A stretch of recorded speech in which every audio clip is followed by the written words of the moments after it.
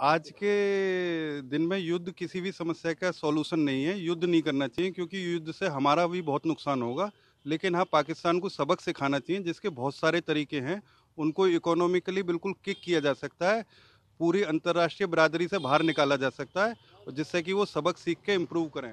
भारत एक शांत प्रिय देश हमेशा से रहा है और शांति के लिए पाकिस्तान को कई बार मौका भी दिया है, लेकिन वह शांति खुद ही नहीं चाहता। अमन चैन का नाम जरूर लेता है पाकिस्तान, लेकिन शांति के पथ पर चलने लायक नहीं है। लेकिन सबक, जैसे अभी थोड़ा सा सबक है, इससे अधिक और सबक सिखाना भारत के लिए बहुत जरूरी है। नहीं, युद्ध नहीं होना चाहिए, क्योंकि युद्ध होगा तो महंगाई बढ़ेगी, फिर पब्लिक तहस नहस होगी।